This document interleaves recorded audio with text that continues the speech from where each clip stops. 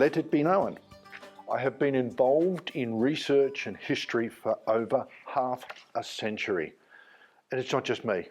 I have developed a network of contacts that I bounce all my material off to make sure that they agree with what's going to happen in DVDs and books. Dennis Lee is my firearms expert from the Antique Gun Collectors Association. Trust me, there's nothing he doesn't know about firearms, bush rangers, etc. So I've got something in that area. I go, now, Dennis, what do you think of this? And he comes in later, because later we mention a Sergeant Jip. Oh, doesn't that story get interesting? And then I've got Don Laird, the 90-odd-year-old down in Melbourne, who's my Chinese expert. Alan Carter is my bottle expert. So although the museum comprises over 10,000 pieces, and we've got heaps of things to see here, or at least we think we have, we're looking at the fact that it's not just us. We make sure everything going out is right. Some people don't. Now, I've got a really famous, for me famous, interesting photograph. This, for those who are critics, is the original. That's the original. George Anderson gave that to me.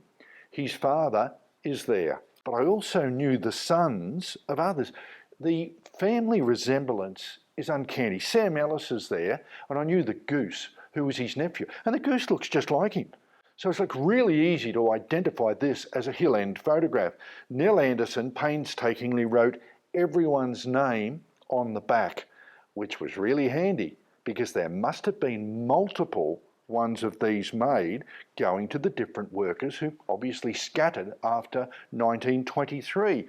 When they did so, obviously, others writing books like this Glint of Gold picked up the photograph and thought, looks like a Hargraves mine.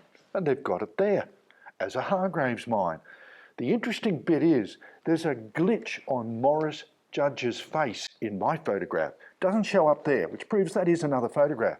However, and this is the important bit, when we get to the Hill End Gathering Group's newsletters, the Golden Journeys book, and we get to, that same photograph shows up.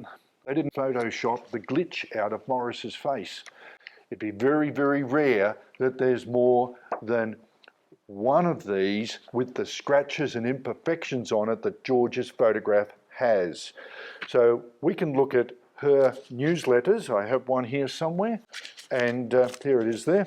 Her newsletter, which involves the reward mine. The school book covers the reward. I mean, it's a school book. Do you need to put in it the reward mine? Oh, we can tie it in. They've gone and said some of their children would have gone to the Hill End School. So we have same photograph. Now, I'm sorry, if that's not copyright, I don't know what is. So we've got that little bit out of the way. We can really get a ball rolling here because we have suffered a phenomenal amount. I mean, go back to the schools book. In the back of it, everyone seems to be credited for supplying information and resources. Every time I wrote a book, and I've done a few, the school got donated a copy. So I know they've got those copies. But no, Harry Hodge gets credit. Brian Hodge gets credit. Everyone else gets credit for a source. But when I've looked at the information, where it was correct, I'm actually the source. We have so much original documents. I tell you what, it would boggle the mind to examine everything we have. We've got boxes of Halterman documents. I've got original Edward Hammond Hargraves letters. So when I quote in here, Hargraves found gold on the 12th of February, Hargraves did this, Hargraves did that, I'm reading from his original letter. I haven't gone to another book to get the information. I've got the original stuff. We can look at stuff that was stolen out of my museum, unfortunately, and that is an article on Halterman. I really wish the Gathering Group authors would come up with new material. Every time a letter comes out, I go, that's me, that's me, that's me, and someone else is given credit. And I go, but why? Why? So that letter I have that poster, I have the original, and I'm the only one with it. But I do admit, material disappeared out of the museum. I actually caught one lady walking out of our art gallery with some of these files tucked under her arm. And I said, I need to copy them. I'll return. No, you don't. You put them back. Silly me, I gave the gathering group access to some of the school's documents. I was thinking the right thing, a database for people researching their great-grandparents and would want to know if they went to the Hill End School, when, how, and a bit of information about them. I said, now, it is not for publication. It is a database so people can access that material. That's the problem with making people promise. It's a trust situation. You trust they are going to do the right thing.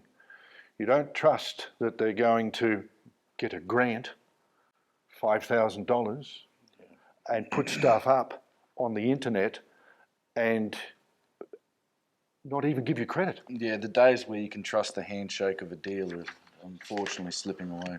Well, they did do some silly things.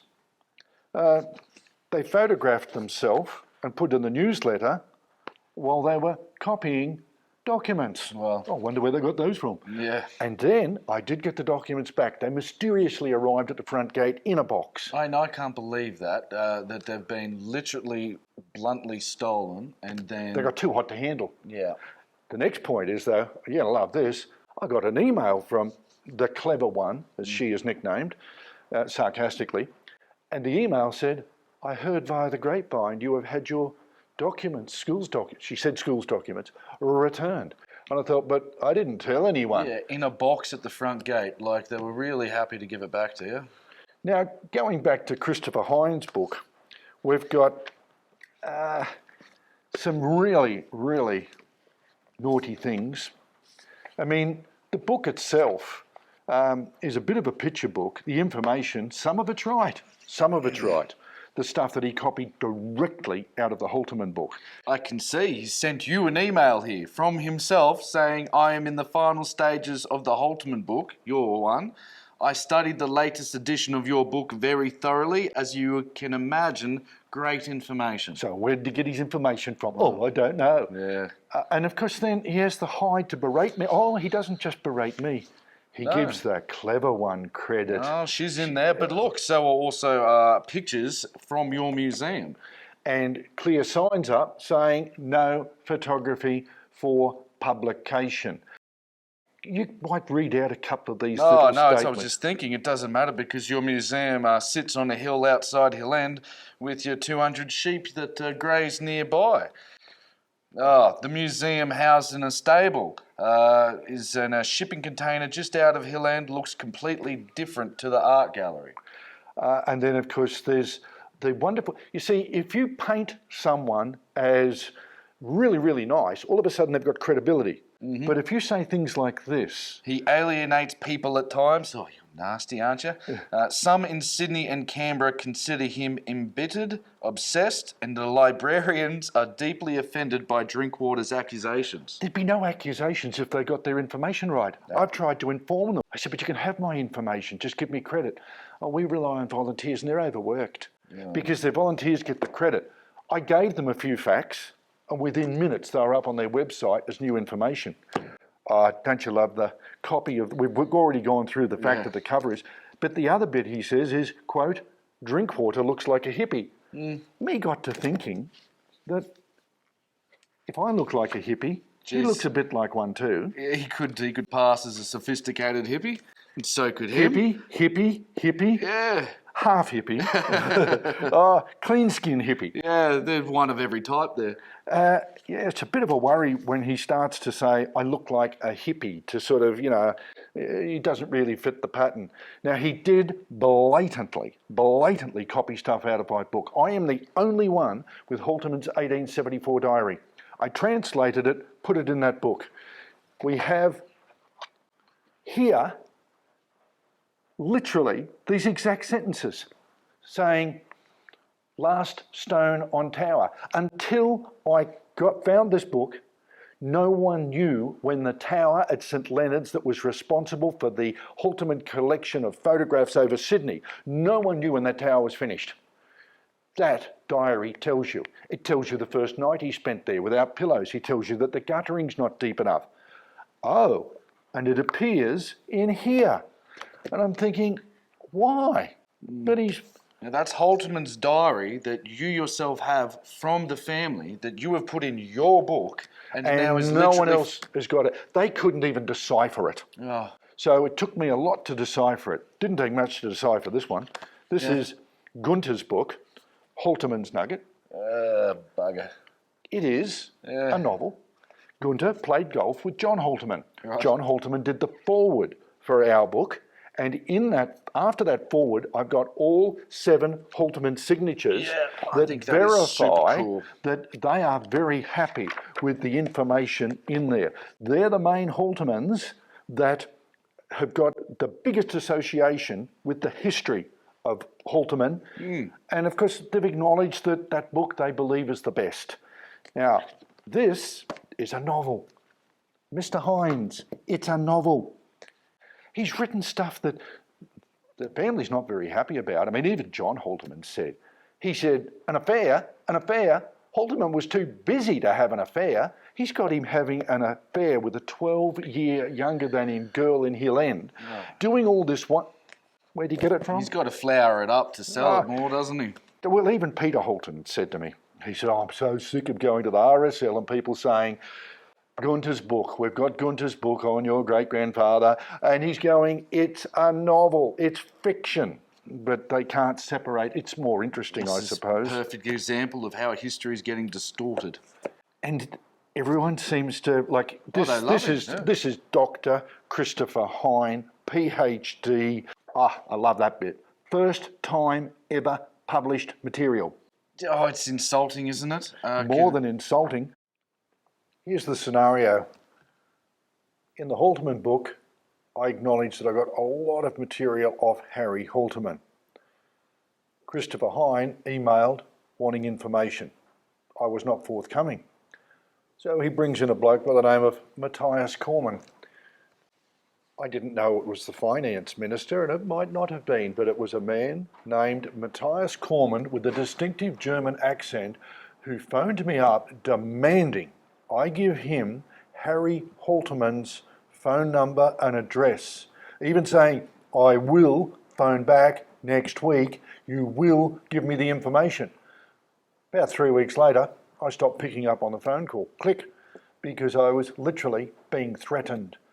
I believe because they used so much information from the personal diary out of the Halterman book, they had assumed that it was material from Harry Halterman. Therefore, if they made contact with Harry, they could justify putting that material in here.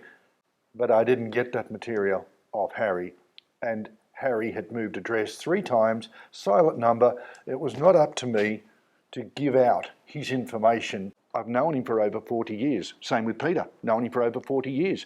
I've built relationships and got information no one else has got. Mitchell State Library hasn't got it. The Finance Minister, Matthias Cormann, did the foreword for this book. Very, very glowing foreword. Unfortunately, as we know, a lot of the information is incorrect. I wonder, curious, he is the Minister for Finance. We have Christopher Hines writing a book. I wonder, was there any grant money coming his way? Hines was not, or is not, to my knowledge, an Australian citizen. He visits from Germany. So there is a very big connection there. I'm just wondering, is it a little bit of backing from more than verbal and written? Most of these books were sold before it came out in print. People love it. And the information's wrong.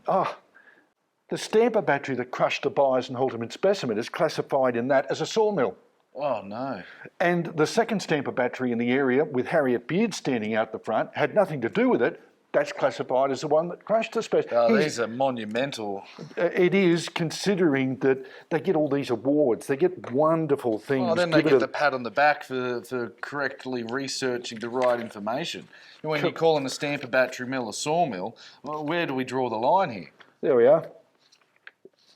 Our friend, the clever one. Oh, yes. Newsletters. She's back. She does things like, oh, well, I'll let you read out that little bit. There's more to it. A slice of Australian history, then this book is ideal.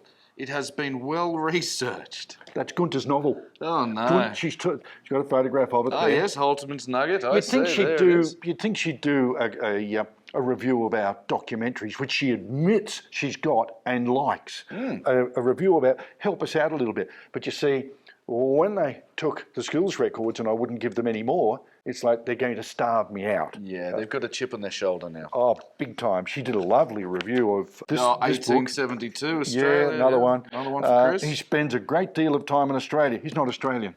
Yeah. He got an interest in doing this book because he came here a few years back. To the museum. To here, went through and went, wow. And I went, you're a journalist, yeah, like do an article. Yeah, okay, here's the information. Thanks. Went back, did the article. Good. I then mistakenly did some of the original Halterman documents by scan, emailed them for him to decipher.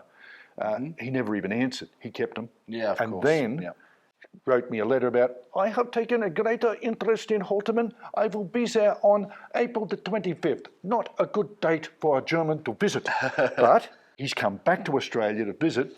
That's when he took the photographs. That's when he got all the other material. And of course, he gets all the recognition with his podcasts. The school... I feel your pain. Like, it wouldn't be so bad if they just give credit where credit was due. Look, the last bit we're going to have on this for the moment, I mean, I'm going to go back to Dr. the Payne book, because in there, he's talked about, he introduced himself, came here in about 2012, so 2000, I don't know, early 2000s, and said, Malcolm, and he's kitted out with a microphone, I'm here to interview you.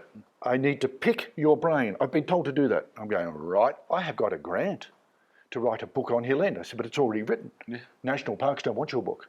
They want me to write one. But I'm to use that book and I'm to enter you. And I said, no. And here it is, hey? Can you read out that one sentence? One sentence. He must have a bit of a chip on his shoulder. It says, drink water is typical. Whole sentence. That's all it's in this entire book. You got 3 words in there. It's like his subconscious got away on him. Yeah. And he made a Freudian slip almost. Yeah. I thought, I don't like the man because he won't give me everything I need to. But you're so well associated with Halterman, how can he not say anything? Yeah. And look, another bit I want to mention on copying and originals is this photograph of a Mew chip, given to me by Lindsay Kim. Now, Lindsay was half Chinese. He was caretaker. He knew Mew chip well. There was New chip, N-U. New chip, N-E-W. There was Old chip and Mew chip. When Harry Hodge came out with his books, it was New chip. Lindsay said to me, it's not New chip, the wrong one. It's Mew. Okay, fine. So I publish it in the book Hill End Gold. Recently, the Gathering Group wrote to me, can we use that photograph? Can you send us a high definition one? No, I didn't. I sent them a low one. Then they said, but we might copy it out of your book, but give you credit. And I've got it all there for you to have a look at.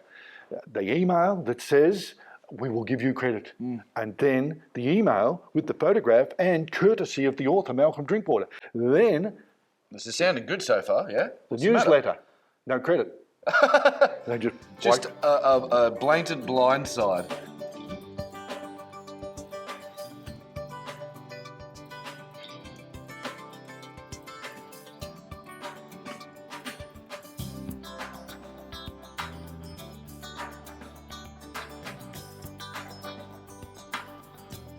Now, going back to Maine's book for a little bit, he talks about my mates. Now, this was very, very upsetting. He talks about Cud Denman. Cud said this, Cud said that. I worked out the bush with Cud for 3 years. I knew him so well, it wasn't funny. I drank with him every weekend. I worked with him. He was a great bloke. When his dog Bluey got run over, I buried it. I had a red cattle dog pup. I gave it to him. He loved that dog till the day he died. And then when Cud's lady Iris died, one of the most upsetting things I ever had to do was I was in the pub. Cud came in with a little sports coat on, and he sort of had a half grin on his face because he was such a happy little fella. Next minute he walked up and he just buried his little head in my chest and sobbed. And he said, "She's gone, Drinky, she's gone." And I had to console him. When you have an association with people like that, and these people write about it like, "Oh, my mate Cud, yeah, I knew him well." No, you didn't. It's insulting that they write about Jim Toohey. They write about all these people I knew and were great friends, and they didn't even know Hill End existed. They're here for 5 minutes. I'm afraid the same with the clever one. She's going and listening to these stupid little rumours. She's got newspaper articles and she is the authority. Now she advises the Bathurst Visitor Information Centre on what they should be doing. And that is a biggie. They have brought out an app on Hill End, or they're bringing it out. It's not out yet because I'm arguing with them. Okay. They gave me a 29-page script to proofread. And I'm going, me. Again. I find out the clever one's involved. And I said, in a town tour, a village town tour, do you really need to use the beginning of the Halterman documentary where we say gold was formed from an exploding star? Yeah. I said, this is all wrong. You've copied all my work. They're your words, you know. My words? Well, the last one on that, I've got it around here somewhere.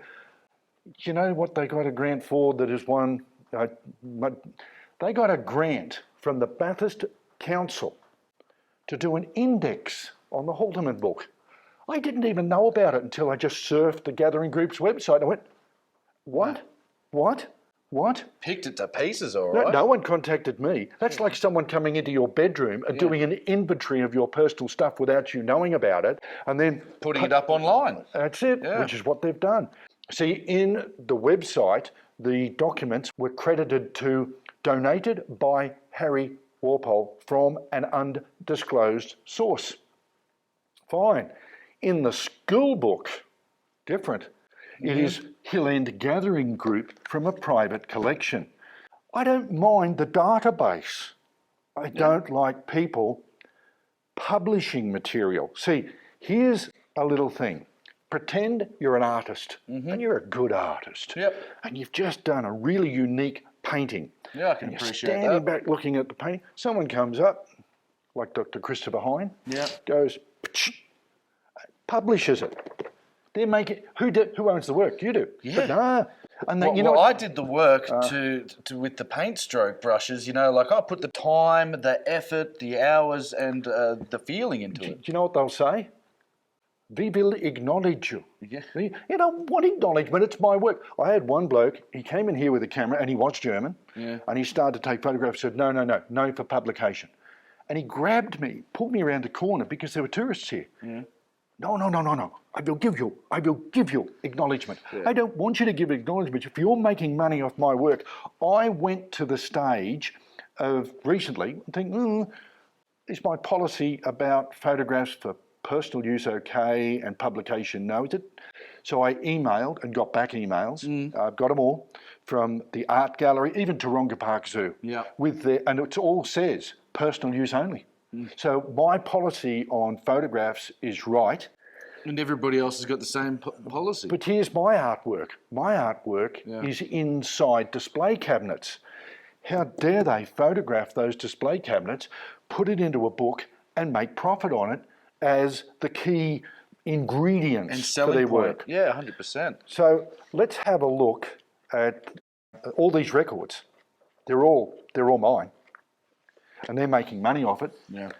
They're making money more so off everything else in here that they could have only got from, well, put it this way.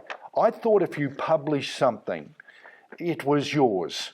Now, apart from that obvious school document that they've copied for publication, it's like they've gone and picked the eyes out of all my work. There's 700 photographs plus in the Halterman collection on Hill End. I use 40 to 50. Why does every other book have to use the same photographs I've used? Go and pick some new ones. Why republish it if it's been published? We've got in the Hill End school book copies or I should say the covers of these two books. Pretty simple. They're sketches that were done in 1953 and 1951. The point is, why repeat them? They're in both the documentary on Halterman and the Halterman book, and I published them first. Even that photograph there of Cud Denman, actually it's not Cud, it's his father, George Denman, with the reenactment in 19, I published that. And that's also in DVD and the book Hill and Hearsay. It's just like you're looking at, and of course they'll claim that they got all that information from somewhere else. Well, they may have, but it would have been pretty difficult. Harry Halterman supplied this with so much other material. If we're looking at books, this one has caused me some grief. Again, Hill End newsletters are doing rave reviews on it. It covers the bridle track at Hill End. Yep, we had to do it again. Yeah. So I almost regret pulling this book off the shelf. It created so much historical inaccuracies that Dad had to go back and iron out, that it led us to a 4.5 hour documentary to make sure we got the facts right and they weren't published wrong. I mean, we've got a chimney that was there for a stamper battery to create an air drawer. She's classified it as a chimney to take stale air out of underground mines. That's a pretty big difference considering there's no mines near that particular chimney. The other things that were a little bit upsetting is the photographs taken from inside our museum without our permission. Cannot believe. I paid the Sydney Technical College $2,250 for them to do a graphic of Hawkins Hill with names and identifications. Full page spread here. That's her history of Hawkins Hill. She didn't pay for that photograph. She didn't get the rights to use it. We have it here so that, well, people can see it, but it still cost us, and she sold a lot of these. I mean, I cannot believe the amount of copies that have been sold and the amount of inaccuracies that are in here, and yet people love it. We've got locations wrong. We've got names of people wrong. Well, good photos. That information. Yeah. Chambers Creek Races. Jim Buchanan. Jim claimed he spent 15 years researching the area, brought out a book. Sharon Shelton, only been here a few years, bought a place on the bridle track, became interested. Great. But don't grab other people's work. Yeah. Jim's pretty old and he's pretty easygoing, and he said, nearly all that stuff in parts of her book is just a direct copy of mine. Yeah. And I thought, right, that would explain a lot, because I heard her saying it took her 3 months to research the book. Well, that's not very long. Considering it took Jim 15 years. There's some wonderful photographs there. She's a good photographer, I'll give her that. But unfortunately, information, not spot on, unless it's recent information, like we really need to see someone who crashed their car there 2 years ago and it's supposed to be a history book on the bridle track. Well, I suppose history is made day by day. But I wish, put it this way, we would not have done the bridle track in After the Rush documentary, and we hardly sell them. This sells. Something like 500 of these had been sold before it was printed, mainly because Lorraine Purcell does a wonderful book review, and she shows up in the book as well, and she's an advisor as well. So you've got these people moving here for a few years late in the period that become experts, don't really know what they're doing, bang, put it to print. They can write a book if they want to. Well, between the covers, it's history.